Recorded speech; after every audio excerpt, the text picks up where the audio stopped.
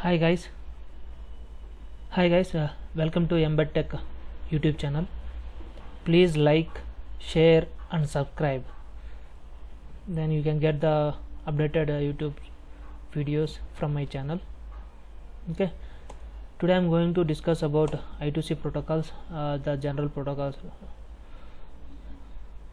It's a general protocol. As of now, we discussed a UART protocol. You can see my previous video about UART protocol.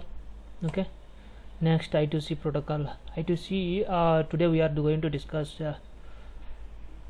I2C inter-integrated circuit.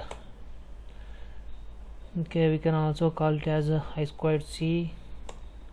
See, this is the diagram. The master will communicate a slave. Likewise, see, data line is in full both the directional, and clock is only going to from master to slave only one direction. Okay, actually today in this video I'm discussing only theoretical part and functionality only, and next this video having a second part also. There we can discuss more on I2C. Okay, let's see. The I2C bus was designed by Philips in the year early 80s to allow easy communication between components which reside on the same circuit board, that means on same PCB board. I2C is a inter-integrated circuit and also called two-wire protocol. The two wires are SDA and SCL. The two-wire protocol is not a trademarkable. That means the SDA line and the SCL line are not a trademarkable version. The trademarkable version only is I2C protocol only. I2C is a multi-master bus. That means it can be connected more than one IC connected to it. That means multiple slaves we can connect with a single master. That is depend upon the bit architecture.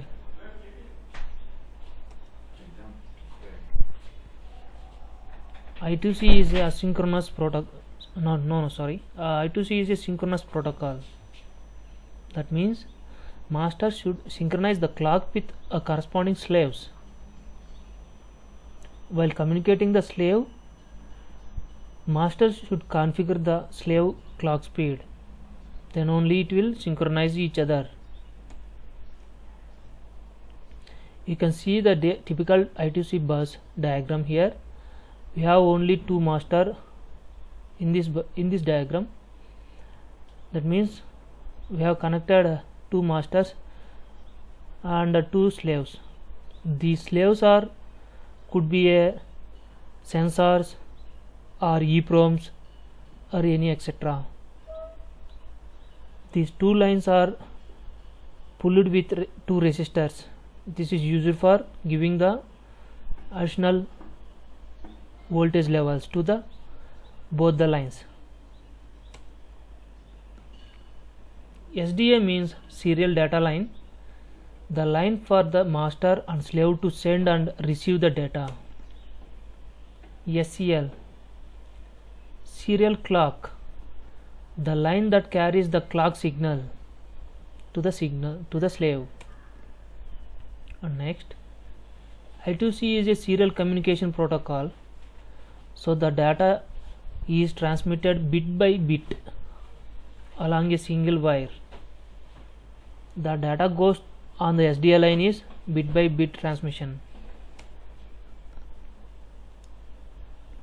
Like SPI, I2C is synchronous, so the output of bit is synchronized to the sampling of bit by a clock signal shared between the master and the slave. The clock signal is always controlled by the master. You can see the here clock speed of I2C in this block.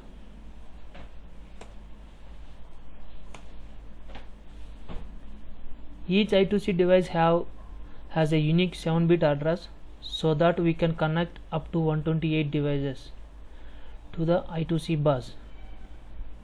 If it is 8 bit, if it is a 10 bit, that is 2 power 10 or 2 power 8. For example, for a 10 bit device, the slaves we can connect up to 1024 slaves.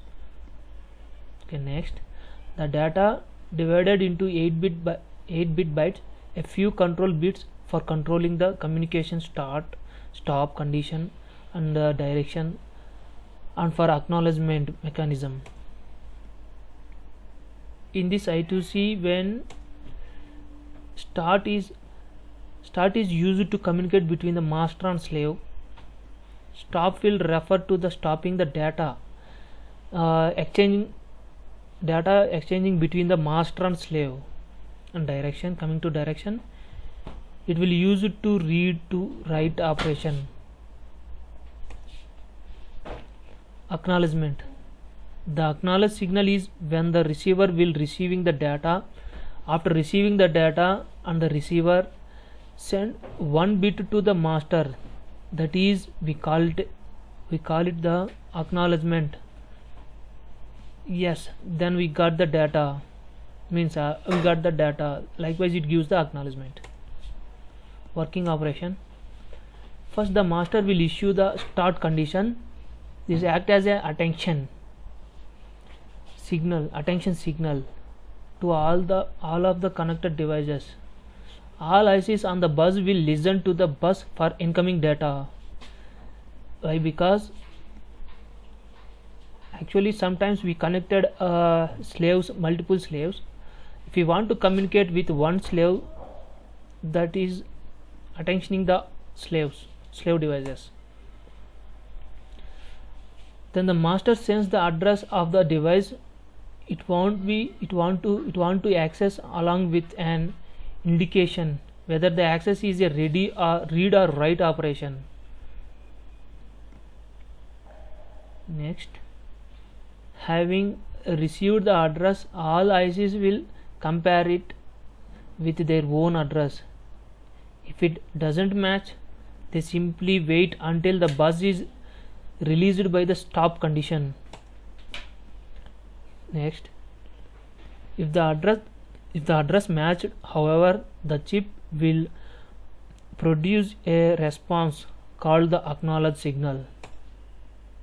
Once the master received the acknowledgement, it can start transmitting or receiving data. In our case, the master will transmitting data.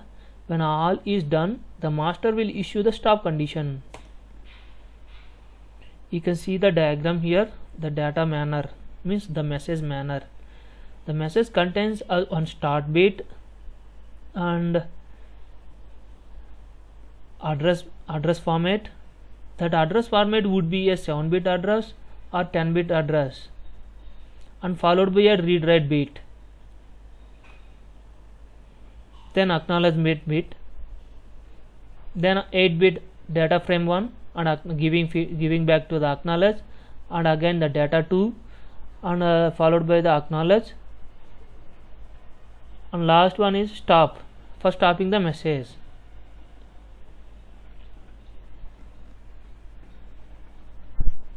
In next video we are discussing some key points, like how the slave device detects whether the bit is start bit, how it will identifies, and then how it will identifies the data is in read, means the command is in the form of read or write. In the next video we will discuss more on this.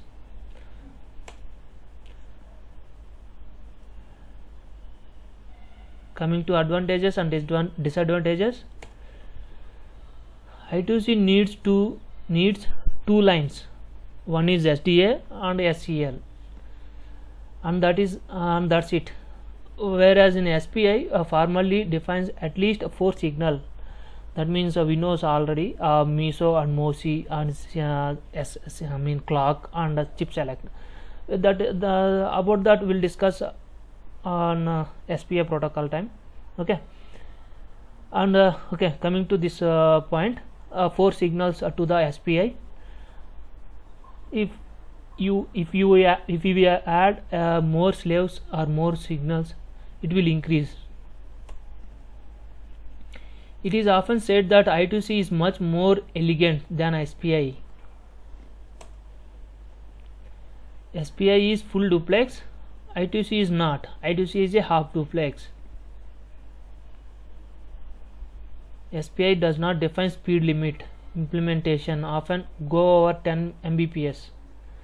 I2C is limited to 1 Mbps in faster mode plus and 3.4 Mbps in high speed mode.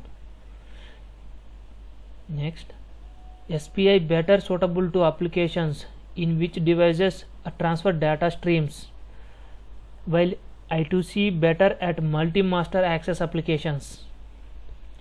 This is depend upon the project wise we choose the protocol, whether SPI is suitable to the project or whether the I2C is suitable to the project. That is depends. Okay, thank you for watching. Please like and subscribe. In coming video, next part 2 of I2C protocol, we will discuss more on multi-master and multiple slaves and clock synchronization and arbitration process. Okay, thank you. Please subscribe my channel.